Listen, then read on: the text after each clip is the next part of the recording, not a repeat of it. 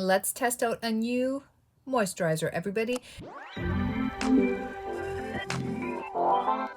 This is from the wonderful people at Banish. It is the Vitamin C Creme. Now, those of you who are like me, who are sensitive skin babies, you can see I have a bit of a rosacea flare up today, and you're always scared of vitamin C. I did a skin test. I was okay with this, but today I'm going to put this on as a nightly moisturizer. It has alpha arbutin, licorice root or licorice, and vitamin C. So why would we use these ingredients? We would use it for lightening our dark spots, generally brighten up our skin. I'm dealing with some post-inflammatory hyperpigmentation. I've got a little bit of melasma from the summer, even though I'm super careful. I have super sensitive skin. So let me show you the consistency, okay? If you like Greek yogurt, this is how thick this is.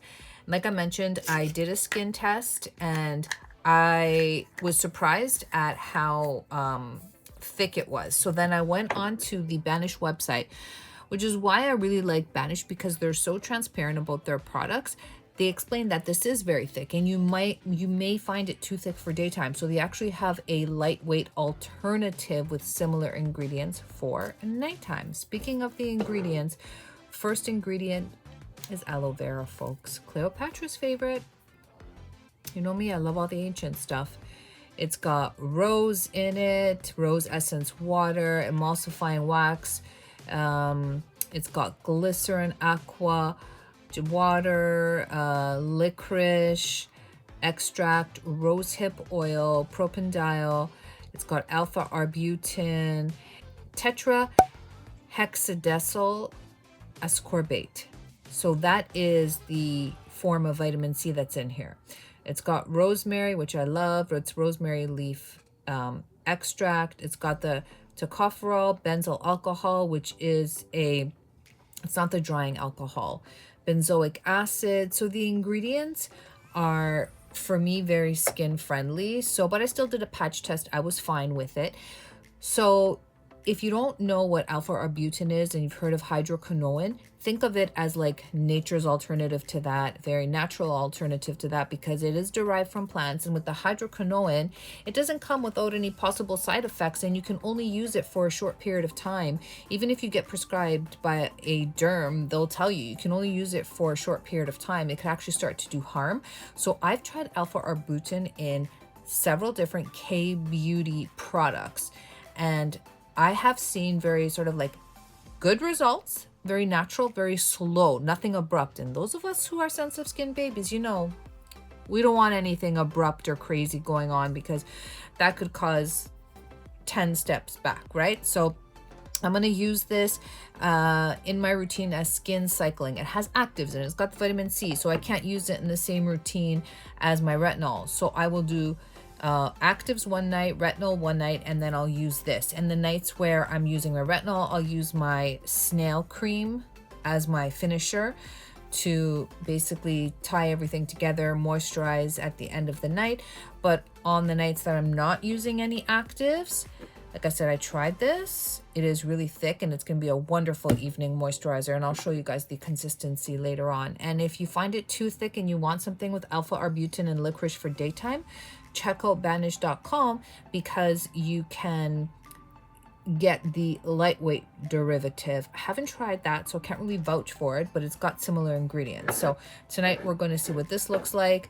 When I did my patch test, like I said, I did a patch test actually on my face. I had no issues with it. I was just surprised at how thick it was. So I tried it once in the day and once in the evening. For the daytime, it is too thick for me. Right now I'm using a Naturi moisturizing lotion. I like to go very, very light in the daytime. That's what my skin likes. Remember, there's no rules here. It's whatever works for your skin. So that's what my skin likes. And then for the evening, I can use something a lot thicker. So we're gonna get into that in my skincare routine in just a sec. It just has like a natural smell. Are you seeing how thick this is? Okay, this is my Greek yogurt. Now, I would definitely do a patch test like I did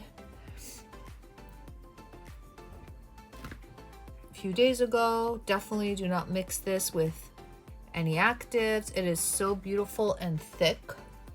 I prefer it for evening, and I also prefer it skin cycling. As I mentioned before, I like to use Dr. Sam's method for putting on any creams on my face, which is dots and just connect the dots. Super easy. And then I am going to go ahead and do my gua sha tonight, but I'm gonna let this settle first, and then I'm either gonna add something on top for my gua sha, maybe an oil, maybe another moisturizer so it can slip. Nevertheless, this is it. And it just feels like a nice, thick, protective coating or layer. Even though it's so thick, my skin really drinks it up. I just wouldn't want to layer with it during the daytime. Like when I first tried it, I did, but I really prefer it for the evening.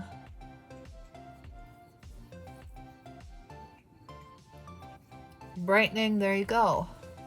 Really beautiful texture, very thick, and might as well thicken it up in the evenings. So if you're gonna do a gua sha or something, you need something with more slip on top of this. That's just an extra piece of information. Fabulous ingredients, and I really am having some high hopes for this that will really help dissipate my dark spots.